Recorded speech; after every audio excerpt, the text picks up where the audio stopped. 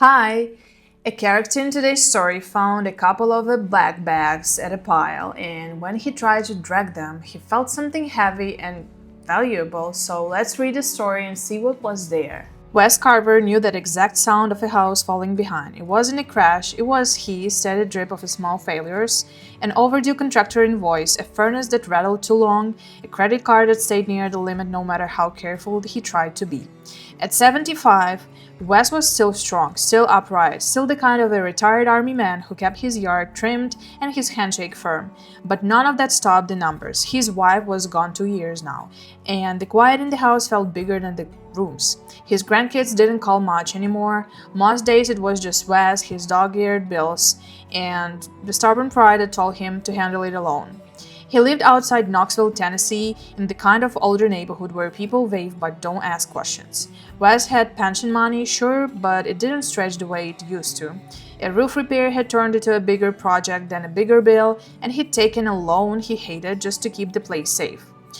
Now the loan was the thing that kept him up. He wasn't hungry, but he wasn't comfortable either. And for a man who spent his life being dependable, that feeling was its own kind of shame. On Tuesday morning, he drove across town to meet an old friend, Ray Donnelly, at a small dinner they'd both been going to since their kids were young. Same coffee, same worn booth, same talk about knees and weather and the way time can hollow a life out without asking permission. Wes finally admitted the truth. He was behind, he was tired, and he didn't know what to cut next. Ray listened and leaned in like he was about to tell a joke. "You ever notice what folks leave on the curb these days?" Ray asked. "Not trash, good stuff. My wife and I saw a flat screen by the road last month.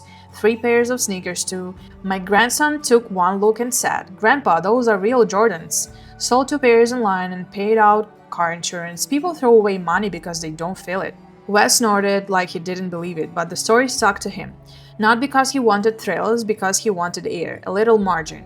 A week where the mail didn't feel like a threat. He left the dinner, drove toward the hardware store for a paint he couldn't really afford, and kept thinking about Ray's words, like they were a dare. On the way home, Wes passed a strip of businesses with big shared dumpsters out back.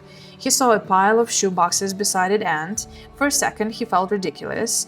An old soldier slowing down to check trash like a kid looking for treasure.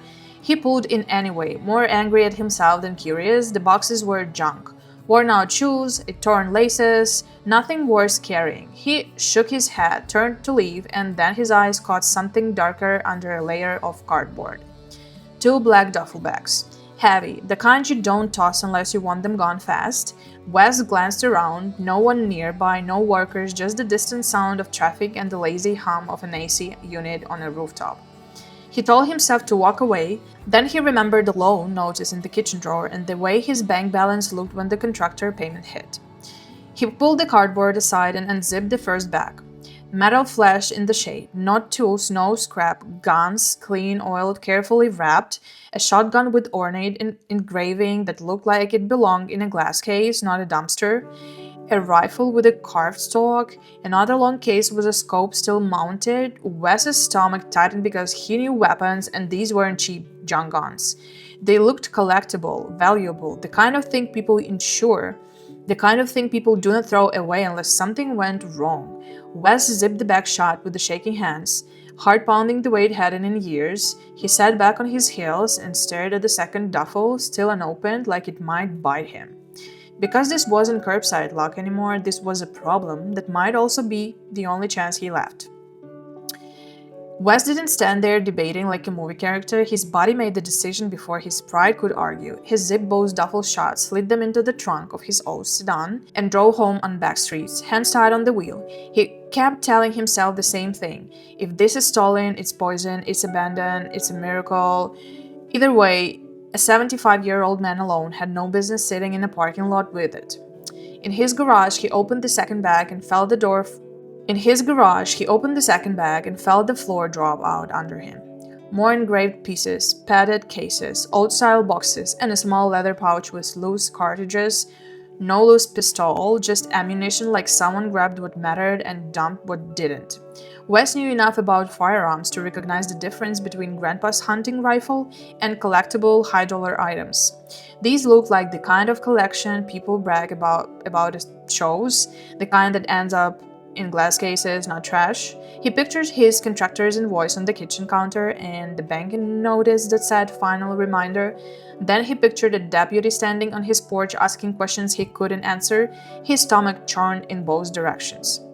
He called Ray his old friend and kept his voice low. Ray didn't laugh, he didn't cheer, he went quiet the way veterans go quiet where something feels wrong. Don't take that to a pawn shop, Ray said. If it's legit collectibles, there are licensed dealers and auction houses that do this clean. If it's dirty, you don't want your name stuck to it. Then Ray said something that hit harder than the guns. People don't throw that away unless they're scared, rushed, or trying to get rid of heat. Wes tried to do the safe thing without turning his life into a circus. He drove the next morning to a reputable sporting goods place that handled estates and consignments, the kind with paperwork and security cameras, and he only brought one engraved piece in its case, just to ask a simple question: what it's worth and what kind of process is normal. The counter guy was polite until he saw the engraving, then his eyebrows lifted fast. "Beautiful piece," he said carefully, and then he asked for Wes' driver's license, standard policy he explained for any firearm transfer or consignment paperwork. Wes hesitated because his instincts were screaming, but he handed it over. The man copied the ID, wrote down Wes' number, and said, "If it's as good as it looks, you're talking real money, but I need to see the rest in person." Wes left with the case still in his hands and a new problem in his chest. He hadn't sold anything, he hadn't even shown the duffel bags, but now his name and address were on the copy machine in the shop where people talked, and people who dump things like this count on other people talking. That afternoon, the pressure showed up in the most believable way possible. A stranger who acted like he belonged. Wes was checking his mailbox when a gray SUV rolled slow past his house, not speeding, not hiding, just cruising like it was looking for an address.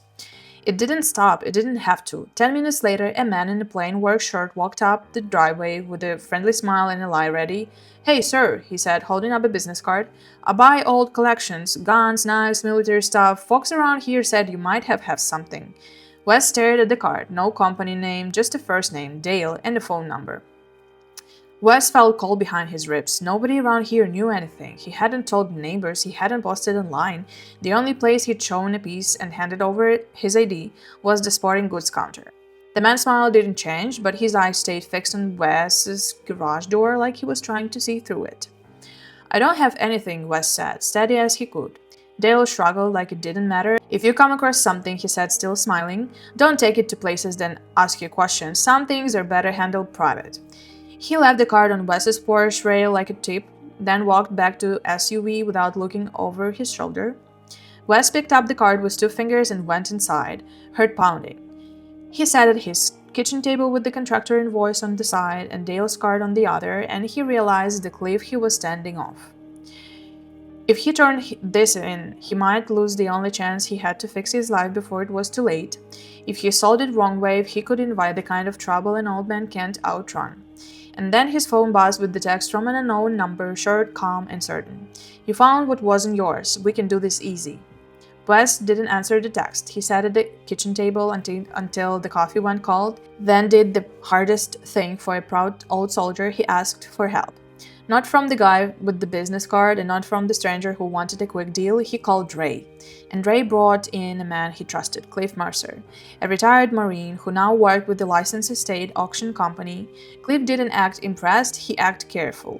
"If these are collectible pieces," he told Wes, "they can be handled clean. If you try to move them wrong way, you will be the only one holding the bag when questions start." They met in a plain office with cameras and paperwork boring on purpose. Cliff and the auction rep looked at the engraving, the cases, the condition, and the way the collection was packed. The rep's face tightened in the professional way people get when they recognize serious money. "This isn't random," he said. "This looks like someone curated set." Wes signed a simple statement about where he found it and when. No speeches, no drama, just a clean record that said he didn't steal it, he didn't break in, he didn't buy it under the table, he found it dumped and brought it in the right way.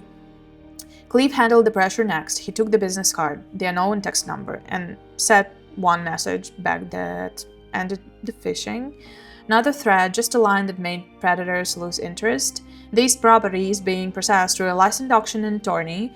Further contract will be documented. After that, the text stopped. The gray SUV never rolled past West's mailbox again. Real life doesn't always end with a showdown. Sometimes it ends when the bully realizes the target got a witness. A week later, the truth came out in a way that made West both angry and relieved. The auction company's compliance check linked the collection to an estate cleanup mess.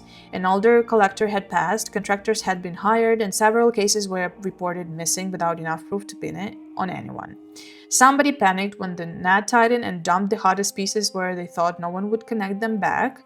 West hadn't stumbled into a gang war, he'd stumbled into a rich man's sloppy crime, and the kind of mistake that still ruins regular people if they touch it wrong. Because West brought it in clean, the estate attorney offered a deal that felt like the first break he'd had in years. A finder's fee and a percentage. Once the auction cleared, when the check finally came, West stared at it a long time before he moved. It wasn't fantasy money, but it was real freedom, enough to wipe out the contractor debt, fix the roof properly, and kill the loan that had been squeezing him every month like a hand around his throat. And the first thing he repaired wasn't even inside the house. It was the front porch steps, because his late wife had asked him for years to fix them, and he always said, next month. Now he could finally do it right. Then West did the thing that mattered more than the money. He stopped waiting for his family to guess his pain. He bought groceries like he was expecting company, cleaned the grill, and mailed his grandson a check with a simple note for school, no loans, no pride, just love. After that, he called, not begging, not apologizing, just honest. I got my feet under me, he said. I fixed the Porsche, I'm making ribs this Saturday. If you want come by, I'd like that. There was silence on the other end, the kind that holds years inside it. Then his grandson said, small and shaken, Grandpa, we thought you didn't want us around. West swallowed hard. I was ashamed, he'd admitted. I shouldn't have been. I missed you. The Saturday, they showed up. Not all the past got healed in one afternoon, but the house sounded alive again, voices on the porch, food on the table, Wes laughing in a way he hadn't heard from himself since his wife was still here. Later, when the yard went quiet, Wes sat alone on the repaired steps and looked out at his grass, cut clean the way he always kept it. He wasn't rich, he wasn't untouchable, but he wasn't drowning anymore. And for the first time in a long time, he didn't feel like a man waiting for life to take more. He felt like the head of the family again, steady, present, and finally able to breathe. This is the end of the story. I find it very interesting and, even emotional in some ways. So please share your thoughts in the comments. And if you like the video, please give me this thumbs up and subscribe. See you next time.